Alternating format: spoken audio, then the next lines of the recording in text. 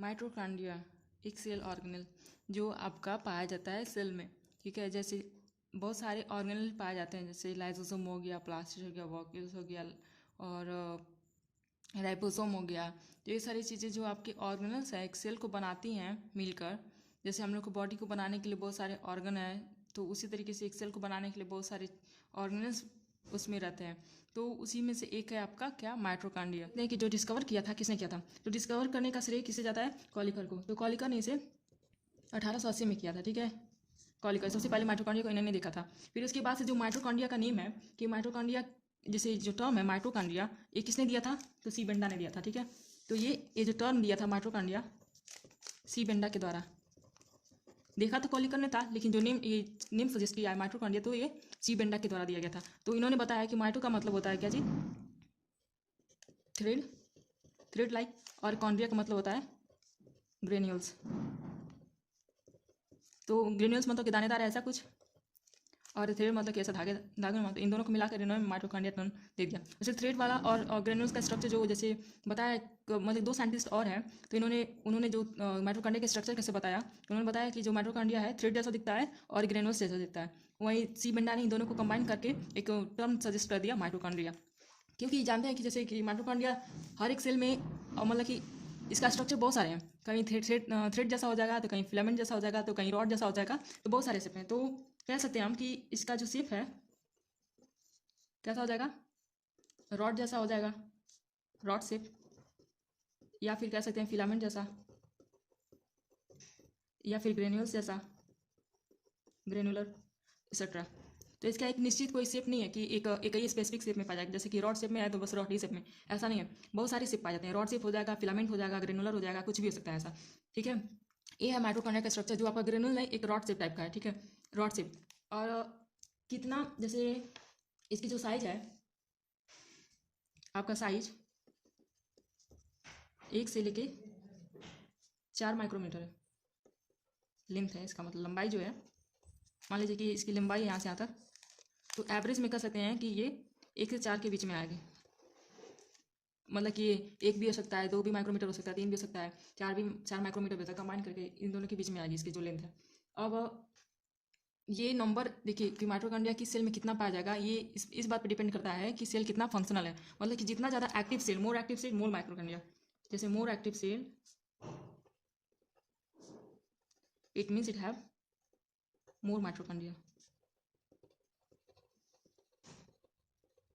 जितना ज़्यादा active cell होगा उसमें उतना ज़्यादा माइटोकॉन्ड्रिया पाया जाएगा। अब देख लेते हैं कि ये इसका स्ट्रक्चर कैसा होता है। ये तो हो गया रॉड शेप। अब रॉड शेप में ये जो आपका है आउटर मेम्ब्रेन हो जाएगा, जो ये लेयर है फर्स्ट आउटर मेम्ब्रेन, जो माइटोकॉन्ड्रिया को बाहर से कवर किया है, और जो आपका अंदर है इनर मेम्ब्रेन। ये जो आपका फिंगर जैसा स्ट्रक्चर जो दिख रहा है सब, ये आपका क्रिस्टी कहलाता है। और जो इन दोनों के बीच में आउटर मेम्ब्रेन और इनर मेम्ब्रेन के बीच में जो गैप दिख रही है ये वाली, इसे हम क्या कहते हैं, जो आउटर मेम्ब्रेन और इनर मेम्ब्रेन के बीच में गैप है ये वाला, ये गैप है, इसे इंटरक्रिस्टल स्पेस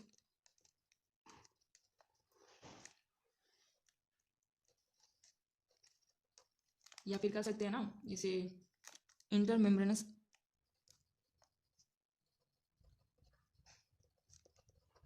चैम्बर।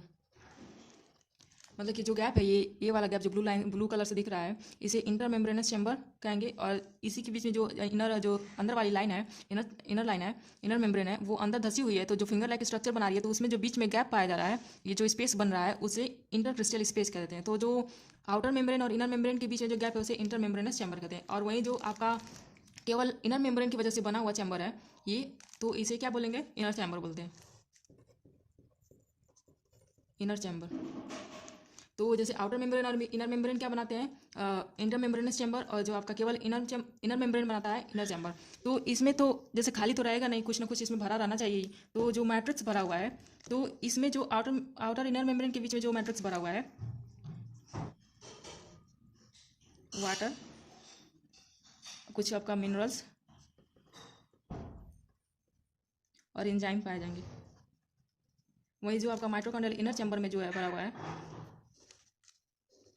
इसमें भी बहुत सारे जैसे इसमें तो राइबोसोम हो जाएगा अंदर, पहले राइबोसोम भरा हुआ है मान लीजिए, फिर कुछ प्रोटीन्स हो जाएंगे, कुछ एंजाइम हो जाएंगे, बहुत सारी चीज़ जैसे क्रेब साइकिल या प्रोटीन सिंथेसिस में जितनी सारी प्रोटीन एंजाइम्स ये सारी चीज़ें आती हैं वो सब, और डीएनए हो गया एक्सेट्रा। तो बहुत सारी चीज़ें इनर चैम्बर में भरा हुआ है, तो इसलिए बहुत ज़्यादा डेंसर हो जाएगा। और आउटर मेम्ब्रेन में सिर्फ वाटर मिनरल और एंजाइम भरे हैं, तो कम अमाउंट में रहते हैं, तो कम डेंसर हो जाता है। तो ये इनर चैम्बर का डेंसर होने का कारण यही है कि इसमें बहुत सारी चीज़ें जैसे राइबोसोम, प्रोटीन, एंजाइम, डीएनए, और प्रोटीन सिंथेसिस के लिए जितनी सारी एंजाइम होती हैं वो, लिपिड सिंथेसिस के लिए जो वो, उसके बाद क्रेब साइकिल में जितनी सारी यूज होती हैं वो सारी चीज़ें सब आपका इस माइटोकॉन्ड्रियल मैट्रिक्स में या फिर कह सकते हैं इनर चैम्बर के मैट्रिक्स में पाए जाते हैं, इसीलिए ज़्यादा डेंसर हो जाता है। ये क्या है जो आपका ये सर्कुलर ऐसा धागे जैसा है, तो वो आपका डीएनए है। और एक बात नोटिस की, जैसे ये इस पे क्रिस्टी पे जो स्ट्रक्चर बना हुआ है दाना दाना जैसा, वो क्या है, तो ये आपका क्या है, ऑक्सीसोम। तो ऑक्सीसोम कैसा दिखता है, यहाँ पे देख लेते हैं प्रोसेस ऑक्सीजोम। ऑक्सीसोम कुछ ऐसा दिखता है, ये लॉलीपॉप जैसा स्ट्रक्चर इसका था, जैसे कि ये आपका स्टाक हो गया इसका, और ये बॉल जैसा गोल सर्कुलर हेड हो जाएगा, और इसका ये बेस हो जाता है। तो ये क्रिस्टल पे अटैच होता है। जैसे अगर एक क्रिस्टल को स्ट्रक्चर बनाएंगे बड़ा में, तो कुछ ऐसा दिखेगा, ये तो क्रिस्टल हो जाएगा ये फिंगर लेग, और ये लाइन आउटर मेम्ब्रेन और ये इनर मेम्ब्रेन हो गया, और इसी पे आपका ये ऑक्सीसोम ऐसे करके अटैच है।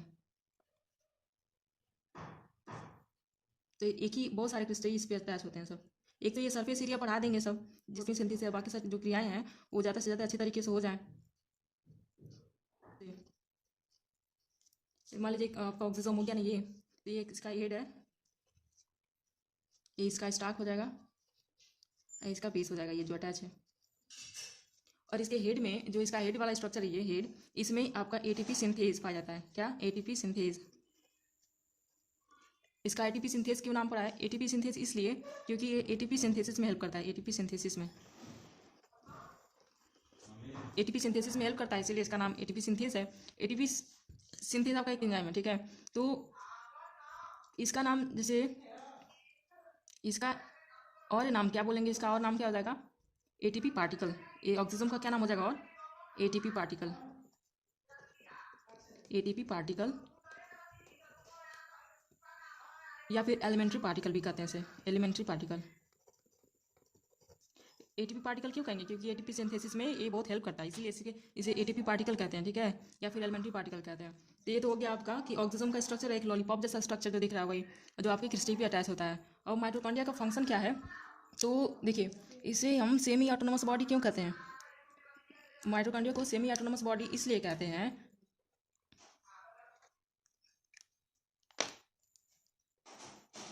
सेमी ऑटोनोमस,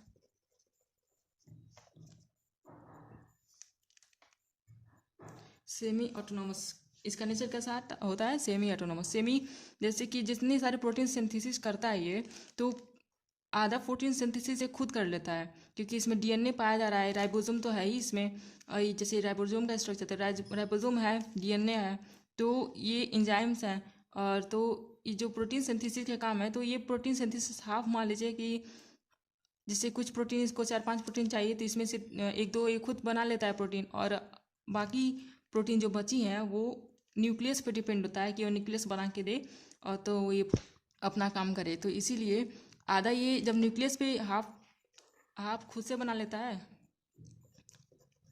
और आधा प्रोटीन ये न्यूक्लियस पे डिपेंड होता है कि न्यूक्लियस बना के दे।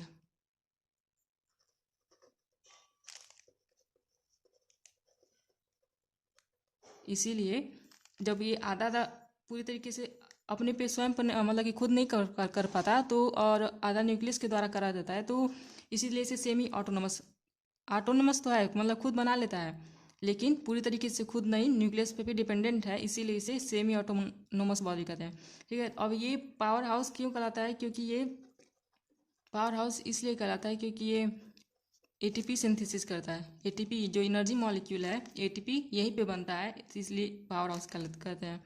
तो इसका जो फंक्शन कह सकते हैं कि इसका फंक्शन क्या है, एटीपी सिंथेसिस करना फंक्शन है इसका, एटीपी सिंथेसिस करना, और उसके बाद से थर्मियोजेनेसिस में, मतलब कि हीट प्रोडक्शन में, जैसे फैट बर्निंग या वेट लॉस करने के लिए जैसे बॉडी हीट प्रोड्यूस करती है, तो इसका माइटोकॉन्ड्रिया का फंक्शन भी इसी में है। कहीं ना कहीं रोल निभाता है ये थर्मोजेनेसिस में। ये हो गया।